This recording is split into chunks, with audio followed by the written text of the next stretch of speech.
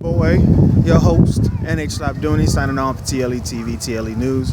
And I just wanted to do a quick recap, quick summary, whatnot, on Minister Louis Farrakhan and 10-10-15 going down today, Washington, D.C., October 10th, 2015. 20-year anniversary of the Million Man March. And what are we doing today? We're marching for justice or else. We're demanding justice or else, and those who've joined us with this march are the indigenous people of this land, as well as the Latin American community. But that is not the point. That is not the point of what I wanted to go into today. And today, I just wanted to touch on a couple things real quick in regards to 10-10-15 and everything that's going on. As far as for the event itself,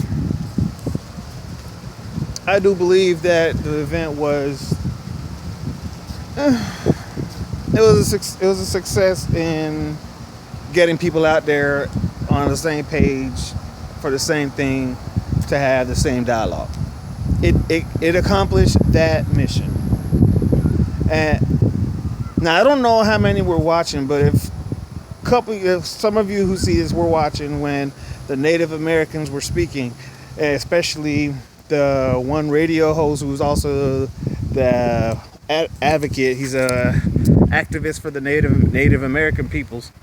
They kept trying to rush the Native American people off, trying to cut them short. And they had I thought 10-10-15 was to air out these grievances that we've had with the government for so long, because we have not been able to speak out about it without some kind of retribution. I thought 10-10-15 was going to allow us to air out this laundry, put it out there, and show that America is not the greatest country on earth. That's what I thought. I thought since they're going to be out there all day, according to the program, it was supposed to be from 5 a.m. to 7 p.m. So that's a total of 14 freaking hours. I figured enough time would be allotted, especially for the Native American people, the indigenous people, to go ahead and say their piece as well. Now, mind you, yes, the Native Americans have received more concessions than we have, so I completely understand that. But at the same token, if you're saying that we're going to be united, we're going to talk about this, we're going to come together, and we're going to stand up and do these things. Yeah, I'm looking at this freaking spider hanging up above me, which I'm not too cool with spiders. Anybody who know me know I'm not cool with spiders.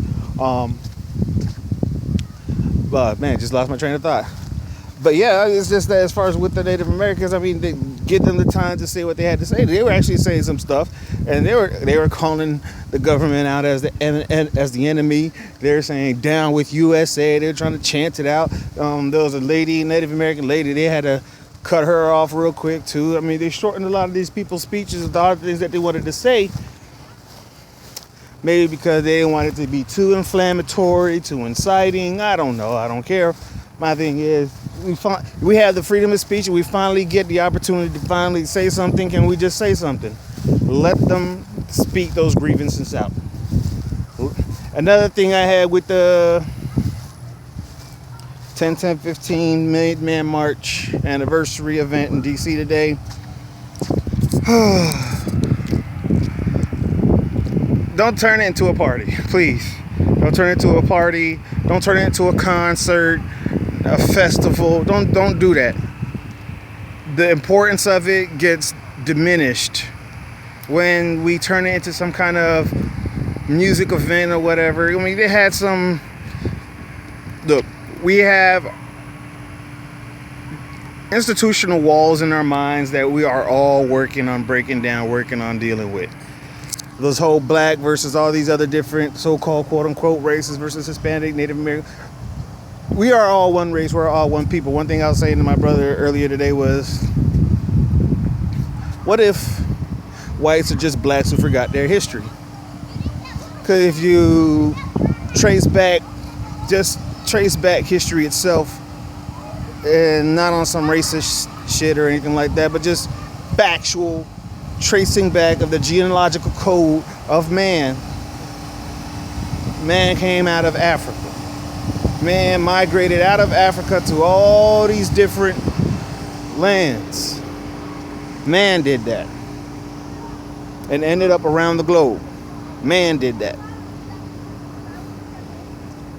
But over the course of thousands and thousands of years, wherever man landed at, their bodies evolved to cope with those living conditions of that place and time.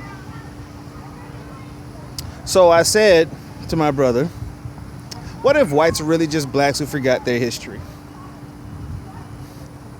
And then that actually did make sense. But then I took it a step further, because nothing is ever clear cut as that.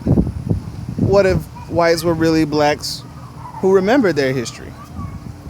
What if there were whites that were really blacks, but over the course of thousands and thousands of years and living in different regions of the world, they evolved into what we call today as whites. And then on top of that, they knew that Africa was home. They knew that. They're mad that it was their ancestors that left. They could have had Africa. It could have been great. They wouldn't have been white, but that's a whole nother story. But what if they're mad about that history? So what if, in fact, whites are really blacks who remember their history? Either way, it could go either way, but at the end of the day, whites are really blacks. They've just been twice, 3 times, 4 times removed, so to speak. There is no black and white race. There's just one race, and that is the human race. There's different ethnic cultures and backgrounds, but it's still only one race. Now, the justice, they had this, just to say all that, see, I went off on another tangent there. But they had this guy, Michael Reyes, who allegedly freestyled a little rap at the march. First and foremost, I felt that is not the time place. That is not the time and place for that. Secondly, to call it a freestyle, that means there's nothing you put any prior thought, concentration, focus, and energy in, and just say, let me come up with something off the top of my dome when I get there. Because it doesn't require any kind of preparation or anything. No kind of forethought. It's just a freestyle. I'm trying to get me a record deal. Maybe not, I don't know, I'm just saying. I mean, there's different ways to look at it, but that is my perception of what occurred. So, all right. Another thing that kind of igged me, but like I said, I'm working on my own preconceived notions of how things should be, because not everybody was raised the way I was, not everybody thinks the way I am. I'm trying to break away from that. But another thing that kind of igged me was, I forget his name, I think it's Rasul, if I'm not mistaken, but Rasul Muhammed, supposedly, apparently, reportedly, the son of the great Honorable Elijah Muhammad. That's what's up. One thing that me and my brother both commented while we're watching was, we never hear about him. Why is that? Okay, and then we hear Minister Farrakhan always bringing praises, lifting up the name of the Honorable Elijah Muhammad. But we never hear about his son, Rasul Muhammed. Trying to find out, Rasul Muhammed is singing music. He's a singer. He sang in Spanish at the march. Zapata, if I'm not mistaken. I ain't gonna knock the song, but like I said, this is not a yeah, we can use music to break up the monotony of speech after speech after speech after speech, I suppose. Alright, cool. But to me, it just kind of felt out of place. One thing black folks are already good at doing is partying for any damn reason. Partying for any damn reason. But that's neither here nor there. We're talking about 10, 10, 15, my remarks on it. And that's just my remarks on how it went down. Now, as far as the overall, my feel of it, because I've done several videos leading up to today's march.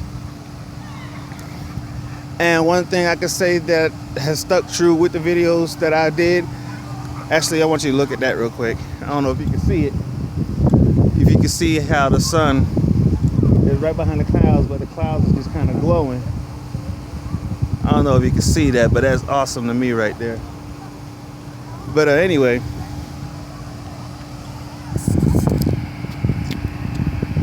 is that there is a course of action moving forward.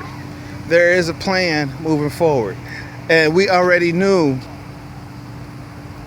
that this justice that we're demanding is not something this government is going to be able to provide.